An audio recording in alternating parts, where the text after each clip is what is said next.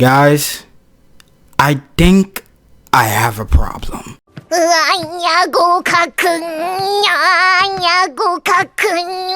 love everything about Spy Family, and I don't know why. I'm honestly conflicted on what hold this goofy ass show has on me, the anime community, and the entire world. Ah! Good God! Boy! He got that shit on though. Tatsuya Endo, the author of Spy Family, created a series that has had a chokehold on the industry for some time now. What was he cooking? Please tell me your sauce, sir. How did you do it?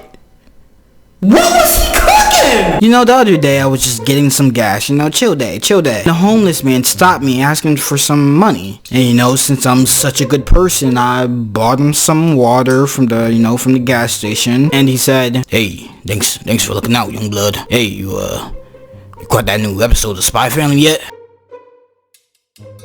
Nigga, what? I know I'm lying, but that's how it really feels for real. When the first half of season 1 was airing, everybody in my circle that I talked to would always be like, anytime I didn't upload a video that wasn't about Spy Family, "Hey Merc, whatever the fuck your name is, yo, it's John. Hey yo, if I see you upload one more video, bro, it is not on Spy Family, bro. I'm coming to your house and doing what Yor did to that one guy at 6:52 minutes in on episode 2 of season 1. See, I know you don't even know what the fuck I'm talking about. You're a hack. You're phony, bro. You're not even really cultured like that for real, bro. Get on that video. I'm coming for you. Fuck your life. Bing bong." I just find it odd because even the author himself is on record saying Spy Family was almost not even a thing. My man spent 11 years creating manga before making Spy Family, while working at the time under an upcoming mangaka, Tatsuki Fujimoto. I don't know, you guys might have heard of him. He's kinda underground. He's kinda low key. The man is also on record for saying, and I quote, "I gave up on what I originally wanted to draw and drew what the world wants to see, not myself, so I have no attachment to the characters." Now, whether that was out of context or not, at face value, I get the feeling even the author of Spy Family didn't expect his series to blow like this. The man said he doesn't even like spies. So when the anime was announced, I wasn't really, checking for it like that. But it's not like I was writing it off or anything. I gave it a shot, and oh my gosh, I was having so much fun while watching this show last year. During the time that the first half of season 1 was airing, I was not thinking about that nigga with the shield at all. What did they do to you? No. Wait. Each episode! Like, this shit gotta stop. It's never gonna end. And you guys may think I'm joking, but I'm being dead serious. To this day, I have yet to watch Shield Hero Season 2, and it's all because of Spy Family. While the first half of the season was airing, I did not give a single Scooby-Dooby-Doo about any other fantasy or action show coming out that season. It's like my monkey brain went haywire and all I could think about were slice of life romantic comedies, and I'm starting to think that's becoming my new favorite genre of shows. No, that can't be. I grew up on Naruto. Well, it is when you're the class clown in a school full of ninjas. Take it away. When I was 12, Akame got killed was my Bible. That was the deepest shit ever to me. I feel like I'm going against my religion. I am sorry, my mentor. I have failed you. I mean, I am shonen till the death of me, but hey, Rent a Girlfriend is trash, but it's addictive trash, I can't help it. Let's think about it. When is the last time something that had spy in the title was actually good? Spy Kids?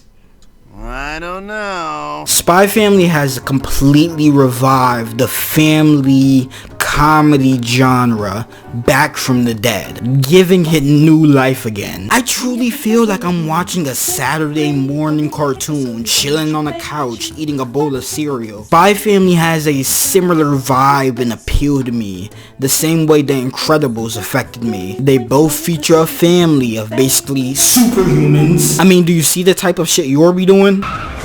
Yo!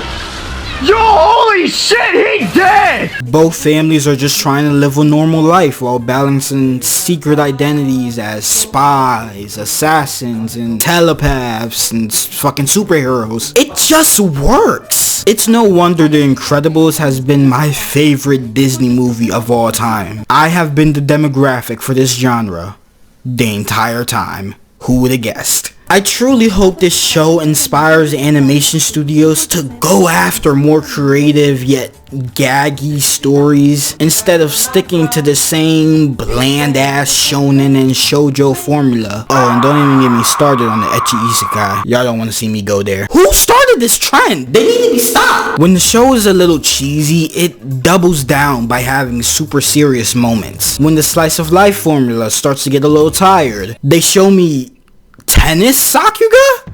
Let's end this. The ponytail continues their bizarre acrobatic movement! I like this. This is cute.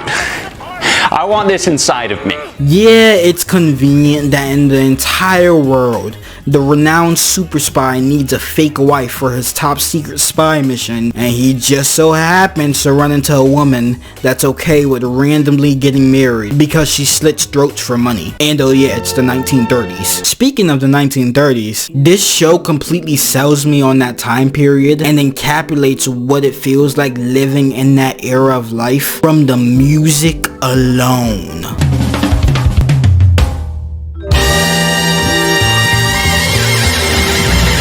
Not just the cinematic ass openings or the fucking bop that is the ending songs. But when I booted up the second half of the first season later on last year, after that couple month break, I was already teleported back into that world through this campy ass spy music. Whatever the studio was cooking with when they made this soundtrack, keep cooking! I feel like right now in my life, I need and crave more shows that bring out my childlike tendencies. When you have to be an adult 16 hours out of your day, I need that last 8 to be spent not being one. It's just simple equivalent exchange. It's like while you're watching, you obviously want the plot to progress, but I can't be the only one that is completely comfortable with the characters never doing anything. I never want to see anything bad happen to these characters ever. It's like you can't tell me this isn't a cartoon. Look how they do the title card bumpers.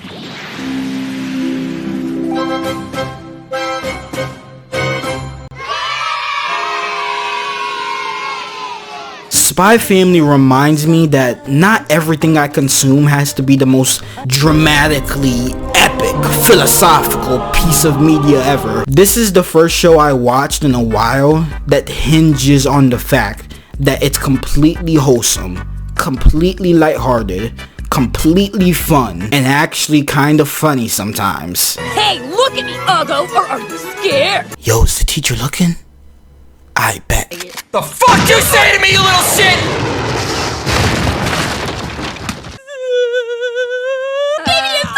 I stuck out my hand and he just ran into it. If Cloverworks and Witch Studios didn't put their whole Anna Gussie into this show, and it just looked like a generic, motionless ass isekai with the production value of a C-list hentai, I probably wouldn't like this show as much as I do. The show takes all of the cool aspects of their lives and shows you all the highlights, while making all the mundane parts of their lives the important stuff. So when they do the stuff that's out of the ordinary, while just being normal ass civilians, it's like seeing Superman use heat vision to make his coffee hot, or seeing the Flash use his powers to make breakfast. Yor is already a professional assassin, so her training arc isn't going to be becoming a better killer. It's gonna be about how can she become a better housewife, because you know, it's the 1930s. Okay, I'm done sucking them off now. Not everything is completely daijobu about the show itself. I do have some problems, so buckle up. This is a problem I've always had with anime in general, in that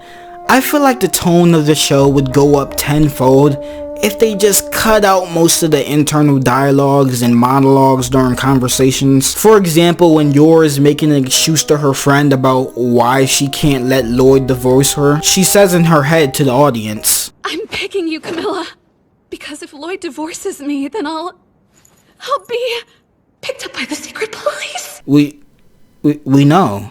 We know this, right? Yeah, we know this. I know she's an assassin. You don't have to make that point for me. I just want more shows to respect the intelligence of their pretentious ass viewers like me. How about instead of cutting the emotional weight of scenes sometimes, like it's a bad MCU joke? Beasts.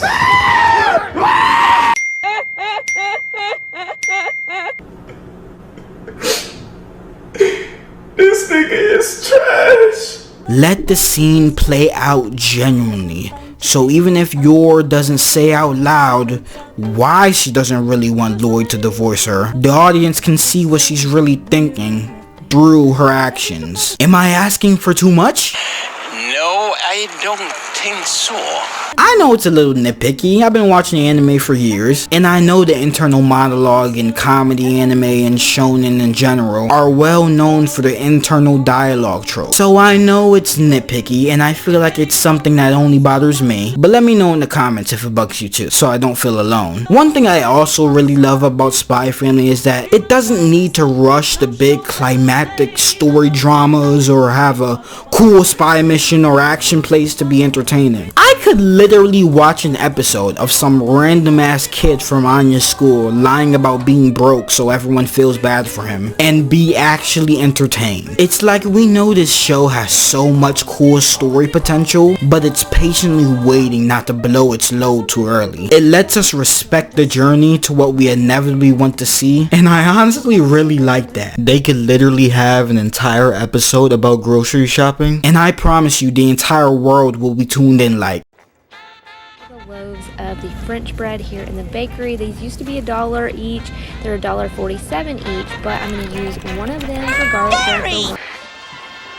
The offer structured the show in a way where it feels like you're just watching random stuff happen just with these characters, but really it's all slowly building towards the main mission, almost like side missions in a video game, but those side missions actually matter towards the actual plot. And the final episode of season 1 made me realize even more just how amazingly well thought out this show actually was. We've gone an entire 25 episodes seeing spy, family, school shenanigans without ever meeting the fucking main antagonist of the show. It already helps that you want to see the family doing mundane bullshit, but the fact that we get actual plot in between just feels like icing on an already bomb ass piece of cake. That is so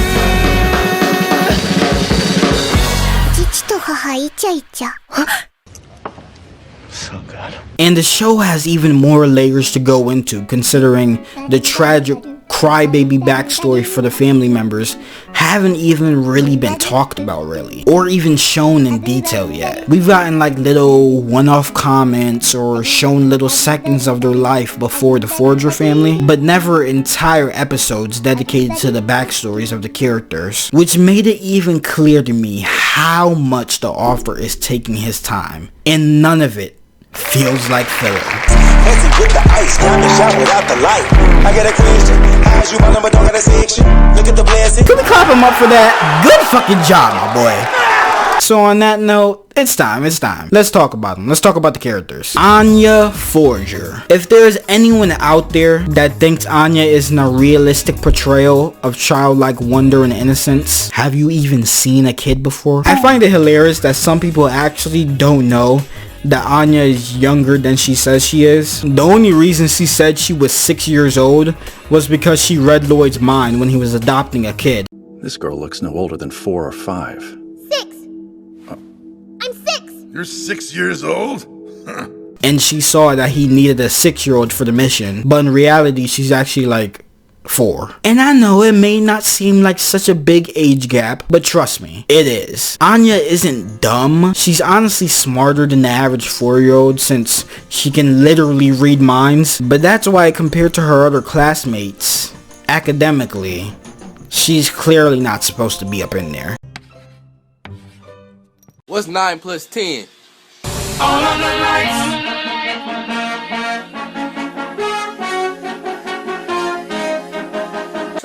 She is clearly too young to understand the material, so that's why it feels like she has negative 10 brain cells. I also really love how much attention to detail the author gave the literal child character. I said before in this video how I'm not really a fan of internal thoughts in anime, but I guess I'm a hypocrite because one of my favorite things about the show is Anya's telepathy as a plot device. A staple in anime is characters voicing their thoughts for the audience to hear. So to have a character in the show that actually is able to hear those thoughts from other characters and make it be the mover and shaker of the plots in the show is actually fucking genius. What makes Anya such an incredibly well-written child character that despite her cartoonish ass antics, Endo while writing her clearly understands that children aren't dumb for being dumb. She's a kid. She has 0 life experience. So that's why she just be out here living life like there's no care in the world. The show does a good job of switching perspectives of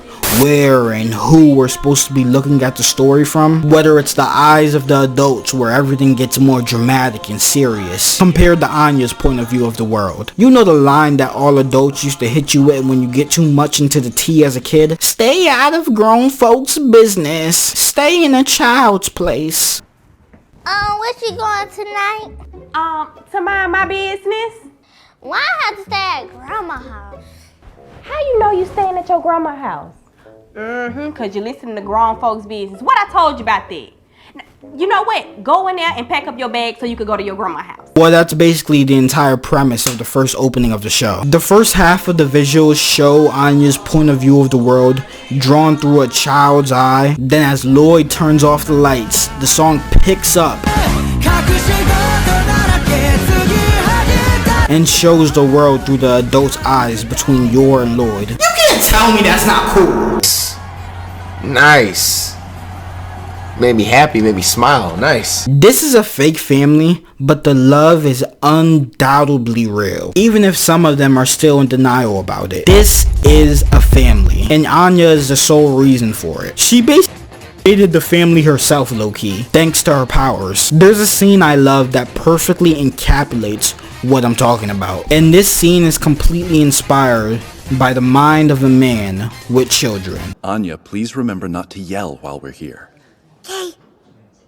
We've experienced the finest music, so now for the finest art the world has to offer. Look! She has boobies! I can see them! Head went choppy! Body went choppy! What did I say about yelling, Anya? Now, I don't have any kids myself, but even a pretentious ass nerd like me can see that anyone with kids has experienced this same thing. Whether it being, Daddy, look at the pirate, when they see somebody with a disability, or Daddy, I can see her panties. There are just 100 different scenarios where that can be applied, and that is the heart of this show. The author understands children, so I truly believe, even though people say that Loid is the real main character of the show, Anya and Yor are definitely also the main characters of the show. But for me, let's be honest, Anya is the real one keeping this family together and is the beating heart of the show. I mean, shit, I'm pretty sure Anya's telepathy could be a metaphor for the sensitivity of young children in the environment they grow up in. Anya clearly has abandonment issues. Maybe the crossword puzzle was a fluke. She honestly doesn't seem all that bright. I wonder if I can trade her in for another child. What is wrong with you?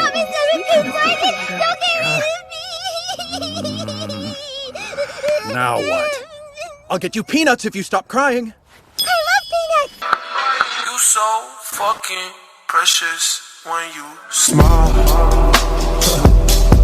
She reminds me of the way children of abuse are hypersensitive to other people, even as someone as young as her. Spy Family is also truly an exploration in how those who grow up through abuse and trauma and eventually have kids of their own, they try to raise those kids without exposing them to that same trauma. Which is funny because Anya did slightly indulge Loid to go after Yor as a wife just because she was an assassin, which, you know, would be a complete red flag if she wasn't for. I think a lot of writers struggle to make children likable or tolerable in TV shows and movies, but Tatsuya Endo does an amazing job of making Anya's goofy ass antics bearable. She's smarter than her age because she can read minds, but she doesn't sound like those anime 10-year-olds who can solve murder cases and shit. Yeah, I'm talking about you, so what? If Spy Family was created in the 90s and early 2000s, I would bet money that they would have let Anya disarm that bomb in episode 14 before realizing, if I can disarm it, I can save Papa!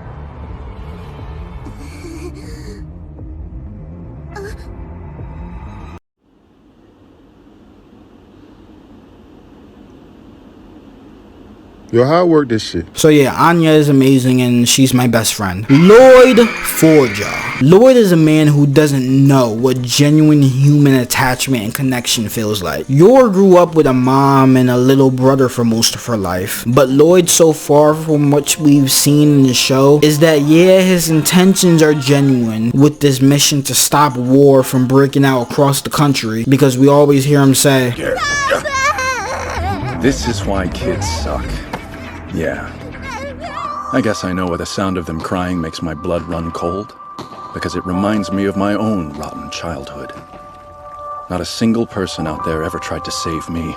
I was completely alone and powerless in the world. Only thing I could do was cry. I thought I'd left all that baggage behind me, but you can't do that forever. Something's gonna trigger those memories. So it was always hinted what his life was like before he became Twilight the... Before the Forger family, I'm pretty sure Loid would murder people as effortlessly as Yor does.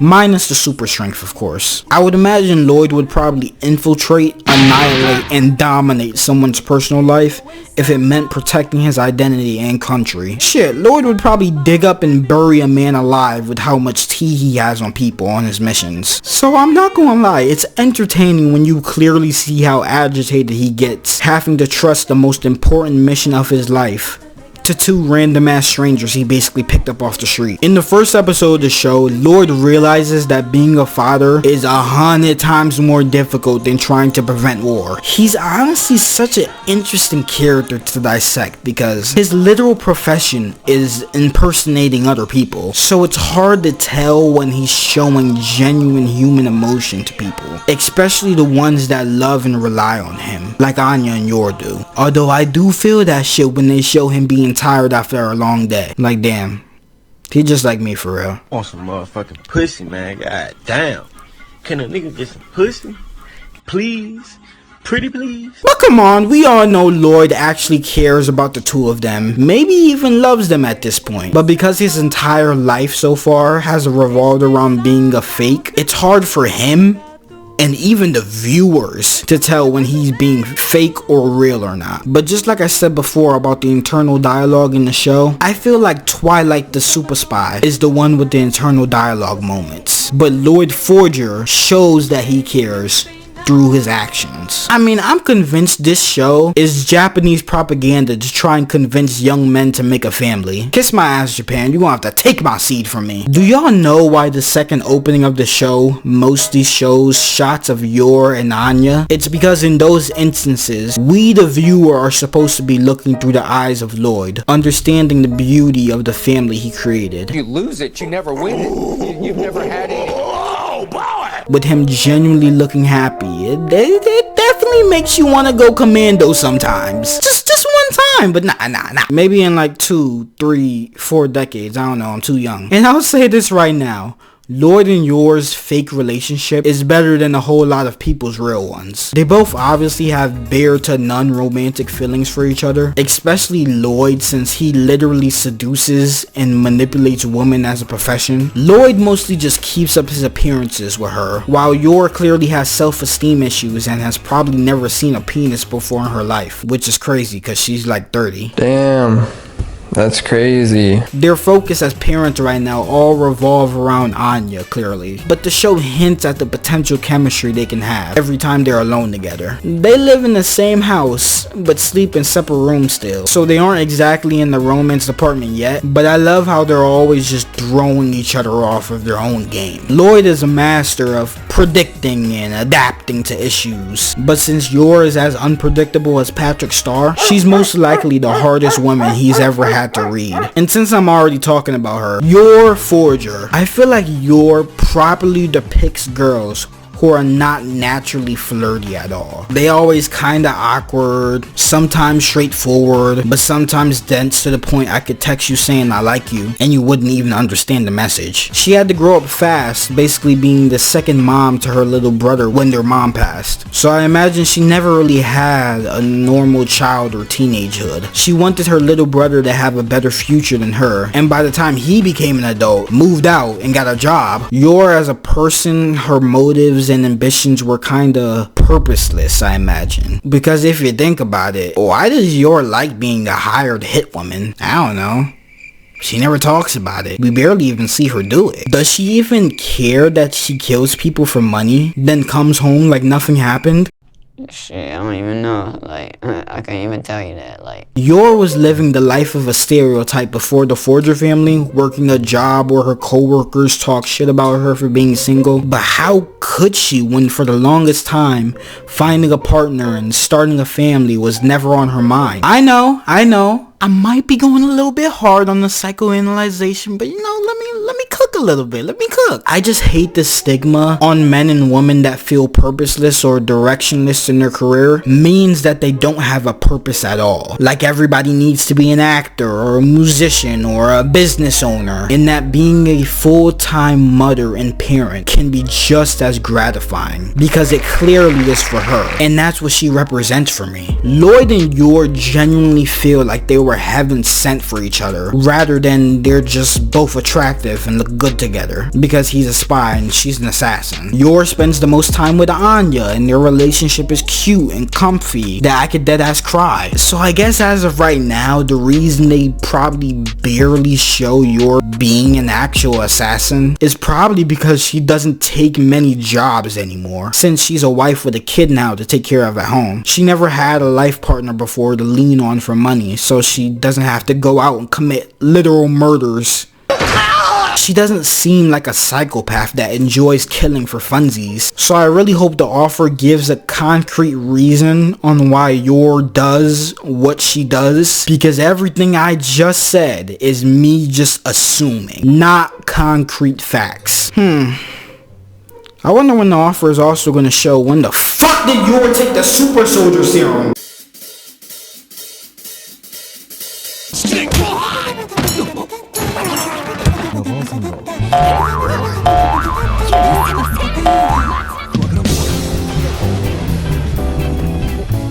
Hey yo, what the?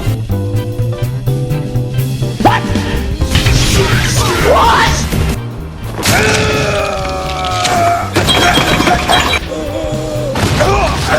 Hey yo, what the fuck? As far as any of the other characters, I know Bond just kinda got here, but he's a dope compliment to Anya's chaotic energy because she can literally read minds and he can just look into the future. Yes, the dog can look into the future. So this basically makes the power she already has 10 times more broken. I'ma say this right now, I can't stand Yuri. He is probably my least favorite character in the show by far because his literal one personality trait, you know, controversial fucking take, I know, but I don't really find incest hot, my G. Well, you get it.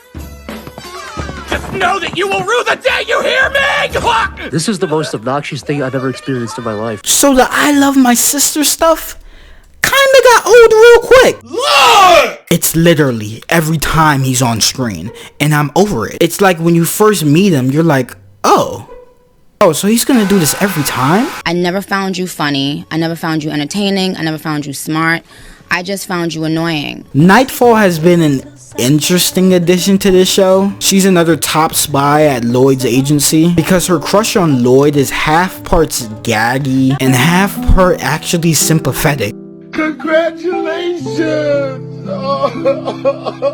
Like, her predicament is actually pretty shit. I mean, of course, us as the viewer are made to love Yor, seeing as we spent the most time with her. But Fiona has spent more time with Loid canonically inside the show for years. And the one time she's on a mission away, the man she loves gets assigned to a mission where he needs a fake wife, and instead of asking her, they get a complete stranger to do it, and that's actually hilarious. I have complete faith that Witch Studios and Cloverworks will deliver a complete animated cinematic experience for this Spy Family movie. I mean, animation been killing the box office for me, cause I just saw Puss in Boots and that was raw for no reason. I don't know a single mangaka that makes their stories to cater towards an anime TV show format, right? So I was a bit worried how they were gonna wrap up season 1 of the show to give a necessity for a season 2, but they shut my ass up real quick. Give me that shit now. In the movie too at the same time? God damn, y'all don't waste no time. Now the only thing about the movie that I'm skeptical about is that Demon Slayer has truly set a new standard for anime movies for me, to where I need the events of the film to be canon so they feel like they actually matter for me. I'm not a kid anymore. I am tired of watching anime movies where I feel no emotional weight in what I'm watching, because I know everything has to go back to the status quo by the end. So I'm giving Spy Family Season 1 a solid 9 out of 10. I will not lie to you when I say I could watch 10 seasons of this show and never get sick of it. And for me, that is special. So when is that Anya college arc? I need that now. Did you tell me this was over?